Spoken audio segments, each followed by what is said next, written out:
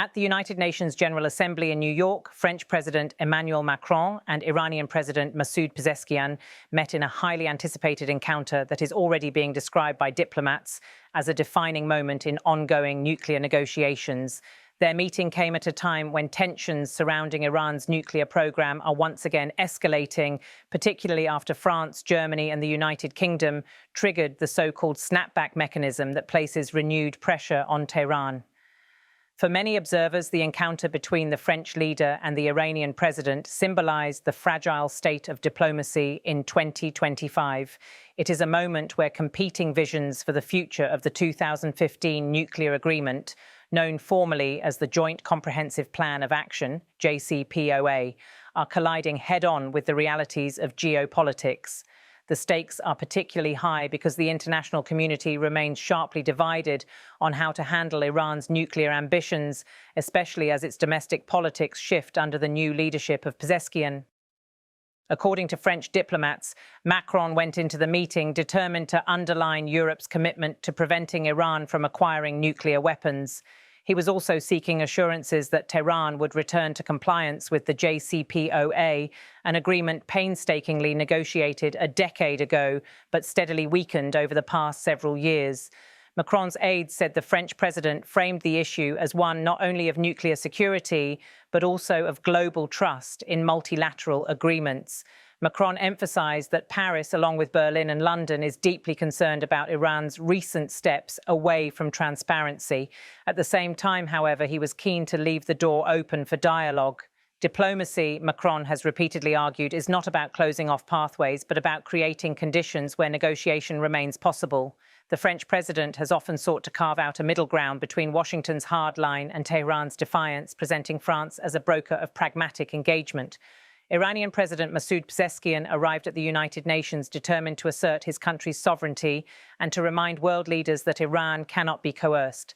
In his exchanges with Macron, Pzeskian highlighted the hardships that ordinary Iranians have faced under sanctions.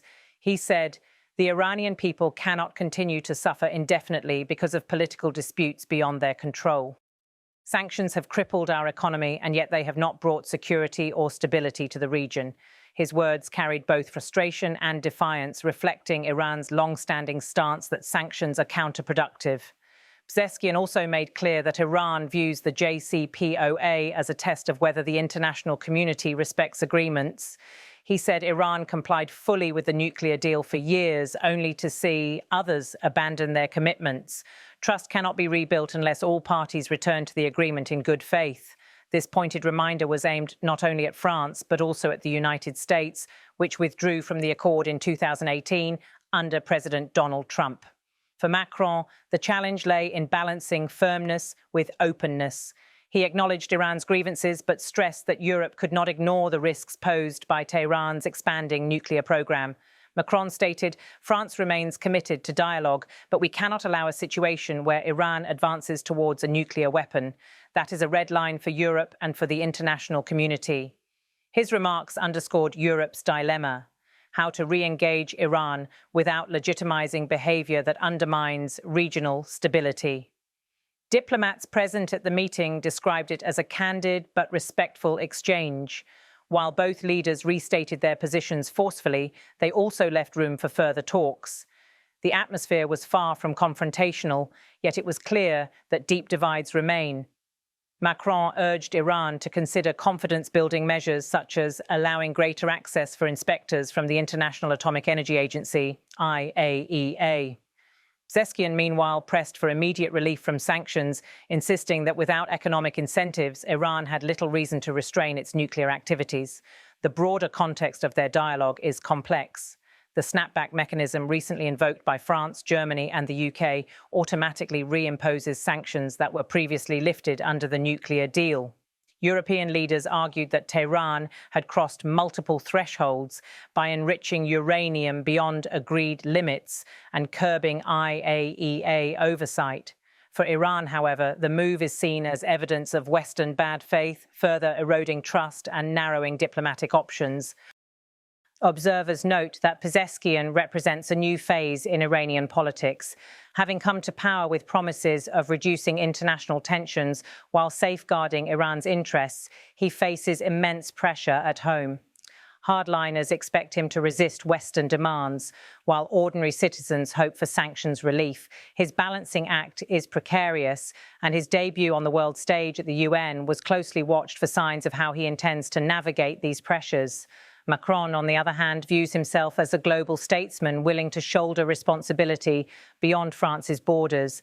His outreach to Iran is consistent with his broader vision of Europe as a geopolitical actor capable of shaping outcomes in the Middle East. He has long argued that leaving the field to the United States and Iran alone is a mistake, insisting that Europe must be an active participant in resolving the nuclear file. Beyond the bilateral dynamics, the Macron-Pzeskian meeting has implications for the broader Middle East. Regional actors such as Israel, Saudi Arabia, and the Gulf states are closely monitoring these discussions. Israel in particular has warned that it will not tolerate a nuclear-armed Iran and has hinted at possible unilateral action. Saudi Arabia has also voiced concern, linking the issue to broader questions of regional balance and security. Against this backdrop, the European effort to salvage the JCPOA is not only about non-proliferation, but also about preventing escalation in a volatile region. The timing of the meeting also coincides with shifting dynamics in Washington. While the Biden administration initially expressed interest in reviving the nuclear deal, progress has stalled. Domestic politics in the United States, including strong opposition from Congress, have complicated efforts to offer Iran meaningful sanctions relief. As a result, European leaders like Macron have stepped in to keep channels of communication alive, even as Washington remains cautious. During their exchange, Macron urged Pzeskian to view the issue through a broader lens. He said, "This is not only about nuclear enrichment, it is about trust, stability, and the future of multilateralism. If we cannot sustain an agreement that was painstakingly negotiated and endorsed by the UN Security Council, what message does that send about of nations to work together?" His appeal reflected a concern that failure of the JCPOA would damage confidence in diplomacy itself. Pzeskian, however, countered with his own vision. He said, "Iran will not be the only party making concessions. We demand respect, equality, and recognition of our legitimate rights. If others expect restraint from Iran, they must also honor their obligations." His words resonated with Iran's long-standing narrative that it has been unfairly singled out by Western powers. As the meeting concluded, both leaders emphasized the need for continued dialogue, though no immediate breakthrough was announced. Analysts suggest that the conversation itself was significant, providing a rare moment of direct engagement at the highest level. Even without concrete outcomes, the fact that Macron and Pzeskian were able to exchange views in person at such a tense moment is seen as a step forward. The world now watches closely to see whether this encounter will lead to renewed negotiations or whether it will remain a symbolic gesture in an increasingly fraught diplomatic landscape. For ordinary Iranians, the outcome is not abstract. It is tied to whether their economy will recover or continue to wither under sanctions. For Europeans, it is a question of whether diplomacy can avert a crisis that could destabilize the Middle East and beyond. In the words of one European diplomat, we are at a crossroads.